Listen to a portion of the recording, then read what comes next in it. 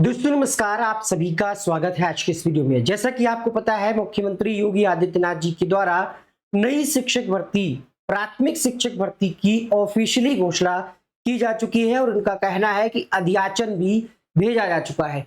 आज के समाचार पत्रों में इस खबर को प्रमुखता से प्रकाशित किया गया है कि प्रदेश में 21,500 शिक्षकों और अनुदेशकों की भर्ती होगी, 11,500 शिक्षकों और 10,000 अनुदेशकों की भर्ती होगी। अलग अलग तरीके से यहां पर समाचार पत्रों ने छापा है कि बरेली में सबसे ज्यादा पद हैं और यहां पर आज के इस वीडियो में हम बात करेंगे क्योंकि न्यूज आने के बाद सबके मन में क्यूरियोसिटी है, जानने की इच्छा, और काफी सारे लोग कमेंट करके पूछ भी रहे हैं कि आखिर संभावित तारीखें या संभावित क्या कुछ हो सकता है कि ये विज्ञापन कब तक आ सकता है, परीक्षा कब तक हो सकती है, क्या सिलेबस में बदलाव होगा, क्या एकेडमिक हटेगा, क्या कुछ नई नियमावली से भर्ती होगी और तैयारी की शुरुआत कैसे करें, इस पर भी हम थोड़ा बहुत डिस्कस करेंगे।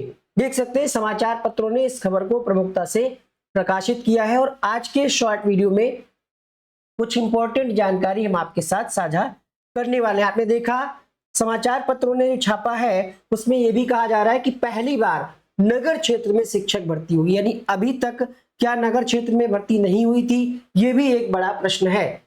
आइए बात करते हैं एक एक करके। सबसे पहले आपका जो सवाल आ रहा है यहाँ पर, उसमें आप लोग ये जानना चाह रहे हैं कि क्या सिर्फ 10,000 ग्रामीण क्षेत्रों का क्या डेटा नहीं जाएगा? तो ऐसा नहीं है, ठीक है। जहां तक जो विभाग के जो लोग हैं वो लोग कहीं ना कहीं इंटरनली तैयारी कर रहे हैं कि एक बड़ी भर्ती आए। हालांकि अभी आपको लग सकता है कि ये मजाक है, ये लॉलीपॉप है, ये बाबा भर्ती नहीं देंगे, आप इधर उधर फालतू के कमेंट्स करते हैं। अब आपका इंतजार समाप्त हो चुका है और पदों की संख्या बढ़ने की बिल्कुल चांस है। उसके लिए आप देख सकते हैं ये वाला ऑफिशियल डेटा, ये 2026 का ही है, ये बहुत पुराना नहीं है, हाल ही का ये डेटा है 2026 का, ठीक है। और हमने आपको शुरुआत से कहा है कि शिक्षा मंत्री कभी भी नई शिक्षक भर्ती को लेकर के घोषणा नहीं करेंगे क्योंकि जितना भी क्रेडिट लेने का काम है भाई मुख्य सरकार में जो सरकार के मुखिया हैं वही करेंगे। इस प्रश्न में पूछा गया था कि 1 अप्रैल 2022 से डेटा पूछा गया था और 8 जनवरी 2026 तक कितने शिक्षक पात्रता परीक्षा उत्तीर्ण अभ्यर्थियों को शिक्षक पद पर चयनित किया गया है और यहाँ पर रिक्त पद कितने हैं। तो यहाँ पर रिक्त पदों का ब्यौरा आया था कि 46,944 पद रिक्त हैं। अब सोचिए जब 10,000 पद वो बोले हैं, ठीक है, तो ये पदों की संख्या बढ़ने में कितना समय लगेगा। और वैसे भी 27,000 समथिंग पद जो हैं वो पिछली भर्ती की पेंडिंग है। कोर्ट ने भी आदेश दिया था कि इन पर भर्ती की जाए। शिक्षा मित्रों को भी अभी सरकार को एक मौका देना है। तो अभी बहुत सारी चीजें हैं, सरकार की मंशा है भर्ती कराने की, ये अब स्पष्ट हो चुका है। कितने पदों पर कराना है वो भी बहुत जल्द डिसीजन ले लिया जाएगा, ठीक है। तो यहाँ पर आप देख सकते हैं कि 46,000 पद सरकार के ही मंत्री ने एक्सेप्ट किया था।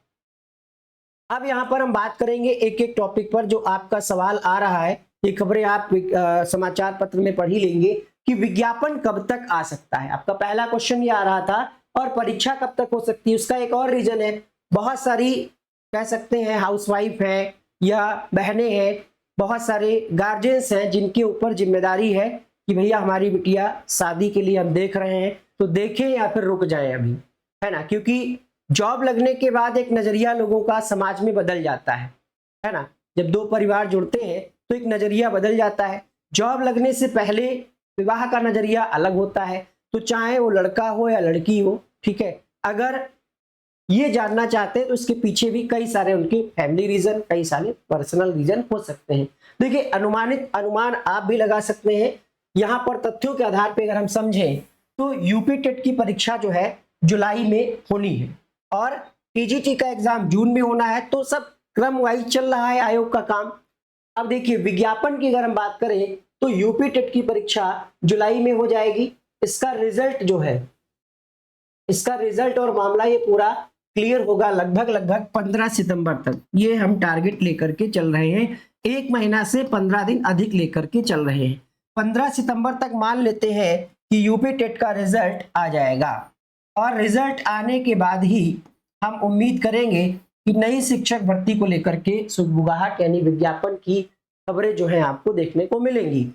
अब यहाँ पर सितंबर के बाद आपके पास बचता है अक्टूबर, है ना, नवंबर और दिसंबर, यही तो 3 महीने हैं। और इधर अगर आप देखेंगे नए साल में 2027 जब लगेगा तो चुनाव की तैयारी एकदम चरम सीमा पर होगी।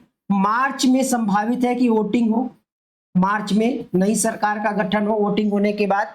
तो यहाँ पर तो समय सिर्फ कितना बच रहा है, जनवरी और फरवरी, 2 ही महीने हैं।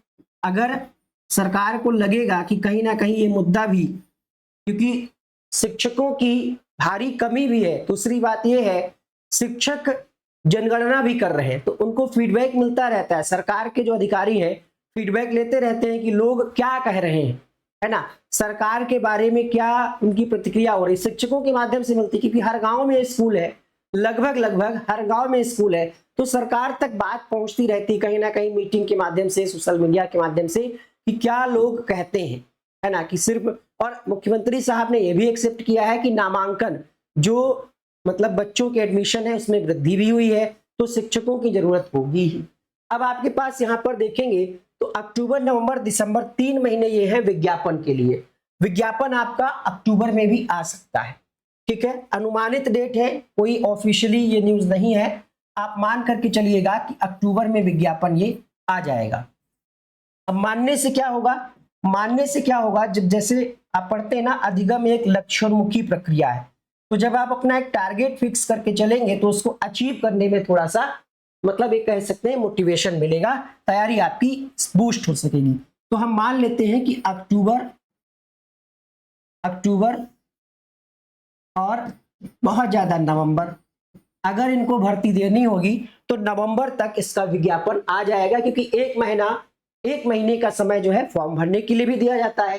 तो दिसंबर तक अगर फॉर्म भर जाते हैं, जैसा कि आपने देखा था पिछली बार जो 69,000 शिक्षक भर्ती हुई थी, फॉर्म भरने के बाद शायद 1 ही महीने का समय था पढ़ने का और 6 जनवरी को परीक्षा ले ली गई थी नए साल में। हो सकता है वही परिस्थितियां रिपीट हो जाएं, आपका फॉर्म दिसंबर तक भरा जाए और जनवरी या फरवरी में परीक्षा ले ली जाए। तो परीक्षा की डेट भी यहीं से आप क्लियर हो सकती है कि जनवरी या फरवरी, ठीक है, जनवरी या फरवरी परीक्षा हो सकती है, जनवरी या फरवरी में आपकी परीक्षा हो सकती है, क्योंकि यहाँ पर आयोग के पास भी कोई नए काम अभी नहीं है। ईजीटी पीजीटी की परीक्षा कराना, जो वैकेंसी आएगी, और ये प्राथमिक का अध्याचन, और वैसे भी आयोग के अध्यक्ष और पूरी टीम एक्शन मोड में है, फटाफट से सारे काम हो रहे हैं। सिलेबस के बदलाव के चांस नहीं है, ना के बराबर है, कह सकते हैं 1% या 5% तक चांस है कि सिलेबस बदल सकता है, और 95% चांस है कि सिलेबस नहीं बदलेगा। इन केस बदल भी जाता है, आप सोचिए अगर आप तैयारी कर रहे हैं तो क्या प्रभाव पड़ेगा अगर सिलेबस बदल जाता है। आप सोचिए 14 विषय हैं जो, जिसमें हिंदी क्या बदल जाएगी, या हिंदी ग्रामर नई थोड़ी आ जाएगी, संस्कृत अगर पूछेगा तो नया थोड़ी आ जाएगा। ये हो सकता है कि प्रश्न पूछने की संख्या कम ज्यादा कर दे, है ना, मैथ है क्या उसमें कुछ नया आ जाएगा, क्या कुछ नया आप उसमें जोड़ घटाना गुणा भाग प्रतिशत आप जो पढ़ते हैं जितने भी टॉपिक है उसमें नए कुछ नहीं आ जाएंगे। ये सब्जेक्ट जो है इन पे आप अपनी मजबूत पकड़ बनाइए, ठीक है। साइंस की अगर हम बात करें तो साइंस में क्या है, फिजिक्स केमिस्ट्री बायोलॉजी के अलावा कुछ नया क्या ऐड कर देंगे, वही रहेगा। प्रश्न पूछने की संख्या घट बढ़ सकती है, हो सकता है अगर बदलाव हुआ 5% में, वैसे बदलाव के चांस बिल्कुल भी नहीं है, अगर बदलाव होगा भी तो हिंदी और इंग्लिश इनका रेशियो कम ज्यादा किया जा सकता है, या इनको क्वालिफाइंग किया जा सकता है, वो बाद की बात है। अभी आपको ये सब्जेक्ट जो है इनको अच्छे से पढ़ना है, और अब आपके पास टाइम वो आ चुका है कि अब आप करंट अफेयर्स भी डेली पढ़ना शुरू कर सकते हैं। मैथ जिनकी वीक है मैथ पढ़ना शुरू कर सकते हैं, इंग्लिश जिनकी वीक है सबसे अभी समय है इंग्लिश और संस्कृत और हिंदी सबको लगता है आसान है, लेकिन उतना आसान होता नहीं है। आसान है तो आपको 20 में 20 हर हाल में लाने हैं, संस्कृत आसान अगर लगती तो 10 में 10 हर हाल में लाने हैं, इंग्लिश अगर वीक है तो 10 में 8 तो लाने ही है। अगर यहीं पे अगर आपका लैंग्वेज में ही 40 में गड़बड़ हो गया, 40 में अगर आप यहाँ पर 30 ही ला पा रहे हैं तो समझ लीजिए आप पहले ही बाहर हो गए, ठीक है, क्योंकि अन्य सब्जेक्ट में तो बहुत ज्यादा विस्तृत चीजें हैं। खैर ये एक अलग मुद्दा हो जाएगा कि तैयारी कैसे करनी है। एकेडमिक हटेगा, इस पर चांस बन सकते हैं कि नई नियमावली बनेगी, उसमें कुछ कुछ नए नियम आपको देखने को मिल सकते हैं। और वैसे भी आपको पता है कि प्राथमिक में अभी बीएड को मौका नहीं दिया जा रहा सुप्रीम कोर्ट के आदेश के बाद। तो यहाँ पर लेकिन ये भी है कि बहुत सारे बीएड कैंडिडेट ने डीएलएड कर भी लिया है 2 साल में। कुछ लोग ऑनगोइंग होगा, कुछ लोग जो है अपीयरिंग में होंगे। तो अपीयरिंग को तो मौका नहीं मिलता है, कंप्लीट होगा तभी आप इसमें बैठ पाएंगे। अब यहाँ पर नई नियमावली सरकार अगर बना रही होगी तो उसकी भी जानकारी आपको कुछ दिन में मिल ही जाएगी। एकेडमिक इन सब चीजों का आप अभी दिमाग में मत लाइए, क्योंकि जो भी नियम होगा वो सब पर लागू होगा, किसी एक पर लागू नहीं होगा। ऐसा थोड़ी कि आपका एकेडमिक से कर लिया जाए किसी और का एग्जाम से। अभी आपका टारगेट क्या होना चाहिए कि जो सुपर टेट का पेपर है 150 नंबर का, इसमें अगर हम 130 कहेंगे तो लोग हंसेंगे, है ना, कहेंगे इतना नंबर कहाँ से आएगा। भैया सिलेक्शन उसी का होगा, मान लीजिएगा आप सिलेक्शन उसी का होगा जिसका 130 होगा। 130 की जब आप रणनीति बना करके चलेंगे तो कहीं आप 125 120 नंबर ला पाएंगे पेपर में। अगर आप पहले ही सोच रहे हैं कि हमारा 100 नंबर या 120 लाने पर चयन हो जाएगा तो फिर आप समझ लीजिए आप बाहर है। ये कोई क्वालिफाइंग एग्जाम नहीं है। वैसे भी फॉर्म कम से कम 10-15 लाख पड़ सकता है, 10 से 15 लाख फॉर्म पड़ेगा और वैकेंसी 10,000 अभी कह रहे हैं, मैक्सिमम मान लेते हैं 40,000 अगर पद आ भी गए तो सोच लीजिए अगर 10 लाख भी फॉर्म पड़ा, 10 लाख फॉर्म पड़ा, अब समझिए 10 लाख में 9,60,000, अभी हम 40,000 वैकेंसी मान के चल रहे हैं तक 9,60,000 लोग तो बाहर हो ही जाएंगे ना। तो आपका टारगेट मैक्सिमम होना चाहिए, ठीक है, आपका टारगेट मैक्सिमम होना चाहिए। तैयारी के लिए अलग से हम आप कहेंगे अगर कमेंट करके तो कुछ रणनीति आपके साथ साझा करेंगे। ये पद रिक्त हैं और उधर हाई कोर्ट का आदेश था जो 27,000 पद 68,500 वाली भर्ती में रह गए थे। तो कुल मिलाकर के सरकार की मंशा है और जल्द ही इस पर क्लेरिफिकेशन आ सकता है। एक क्लेरिफिकेशन आ ही गया है। देखिए उन्होंने बयान में 10,000 कहा है, पेपर में छपा है 11,508। अब ऑफिशियली कोई पत्र आए तब कंफर्म हो कि आखिर चल क्या रहा है ना। और अगर आपको किसी प्रकार का कोई डाउट है तो आप कमेंट बॉक्स में पूछ सकते हैं। मोटा मोटा हमने आपका ये सिलेबस जो है डाउट जो है दूर कर दिया है कि विज्ञापन आपका अक्टूबर से नवंबर में आ सकता है। परीक्षा अगर बहुत ज्यादा तैयारी आयोग की है तो विज्ञापन पहले भी आ सकता है। ऐसा भी हो सकता है कि विज्ञापन यूपी टेट की परीक्षा 3-4 जुलाई को हो जाए और 10 जुलाई को विज्ञापन दे दे, ठीक है। लेकिन बात वही फंस जाएगी कि भैया जब तक यूपी टेट का रिजल्ट नहीं आया है तब तक विज्ञापन जारी करने का भी कोई मतलब नहीं, इतनी जल्दी तो चांस नहीं है, इसीलिए हमने अक्टूबर मान करके चला है। अब यहाँ पर आप सारी चीजें क्लियर कर लीजिएगा। तैयारी की शुरुआत कैसे करें आप देख सकते हैं। सबसे पहले आप सिलेबस को अच्छे तरीके से समझिएगा। सिलेबस जब तक आप नहीं समझेंगे तब तक आप कैसे कर पाएंगे।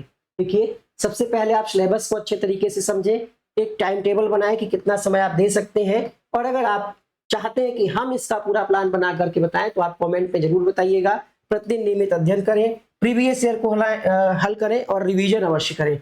और सुपर टेट के लिए आप एप्लीकेशन पे बहुत सारा नोट्स जो है पीडीएफ फॉर्मेट में क्लासेस का नोट्स आपको मिल जाएगा। One day exam study application है, प्ले स्टोर से आप इंस्टॉल कर सकते हैं।